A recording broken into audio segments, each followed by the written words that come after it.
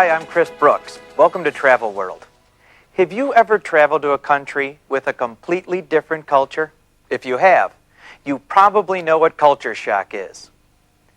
It's a feeling of confusion you get from suddenly being in a new environment. The traditions and customs may seem strange. Expectations are different. You don't know exactly what you're supposed to do. You may even be a little bit afraid of making a mistake. In time, you get used to everything. But when you get home, you often have some interesting and perhaps humorous stories to tell about your cross-cultural experiences. Today, we're going to Latin America to meet some people who've traveled abroad and hear about their experiences crossing cultures. First, let's go to Brazil.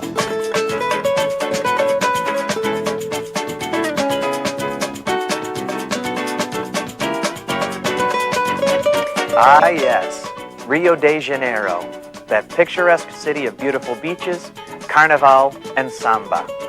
Enjoying a spectacular view of Sugarloaf Mountain is our lucky reporter, Fatima Nolan. Hi Chris, I'm here in beautiful Rio de Janeiro. Like everywhere else in the world, people here like to travel abroad and have some interesting stories to tell. Let's talk with some of them.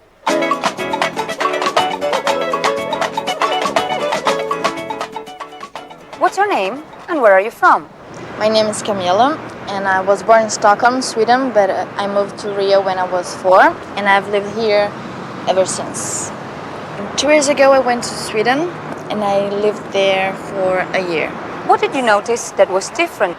Well, the first thing that I noticed when I got to Sweden was how people greet each other. It was completely different because here in Brazil we kiss on the cheek and they shake hands. So I went to kiss and they, oh my goodness, what's going on? And they felt like you're invading my space or something like that. It was strange.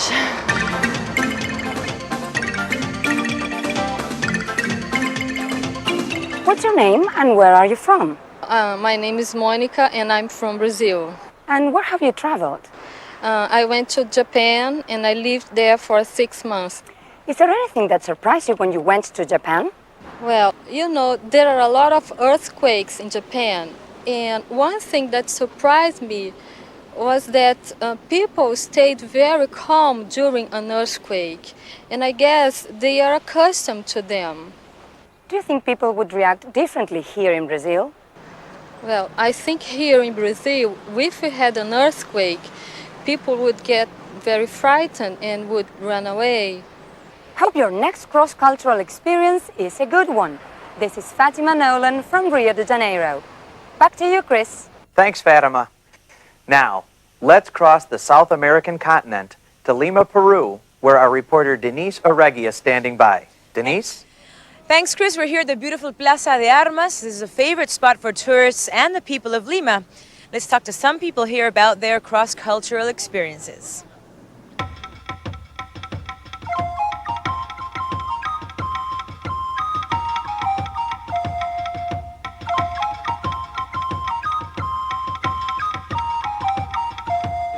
Hi, what's your name and where are you from? I'm Sally Jacobo. I'm from the Philippines, but I've been living here since 1986. And what most surprised you when you came to Peru?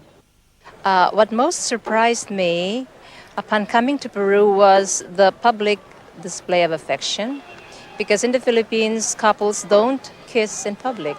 And I feel really uncomfortable when I see these things, you know, and sometimes I feel embarrassed in such a situation. And, you know, in the Philippines, whenever we are on the streets, we are in public, it is not really acceptable to kiss in public.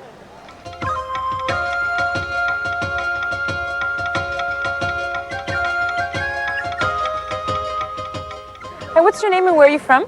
My name's Andrew and I'm from the United States. Have you noticed any difference in the way people do things here in Peru? Yeah, one thing that I've really noticed is the public transportation system is really different. Because here, the bus system is private, and so there's all these people trying to get you on their bus, because the way they make money is by getting as many people as possible to get on their bus. So the whole time they're yelling, "Get on my bus, get on my bus," and sometimes it's not the bus that you want to be getting on. This is Denise Arregui here in Lima, Peru. Back to you, Chris. Thank you, Denise. Now reporter Hilary Garcia is standing by in Mexico. our final destination for today. What do you have for us, Hillary? Thanks, Chris. I'm here in beautiful Tepoztlan, Mexico, a town that both Mexican and foreign tourists like to visit. Let's talk with a few of them about their cross-cultural experiences.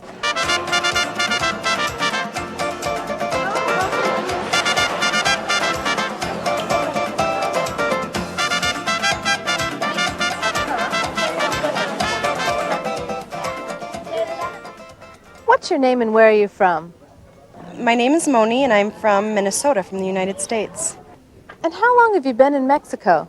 I've been living in Mexico for about a year now.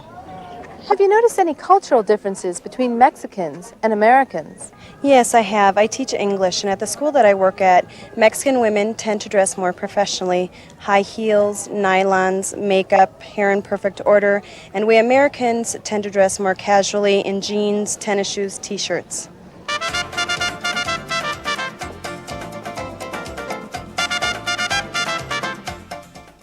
Hi, what's your name and where are you from? My name is Delfino Valdez, and I was born in Reynosa, Mexico, and now I live in the United States. Tell us about your cross-cultural experience.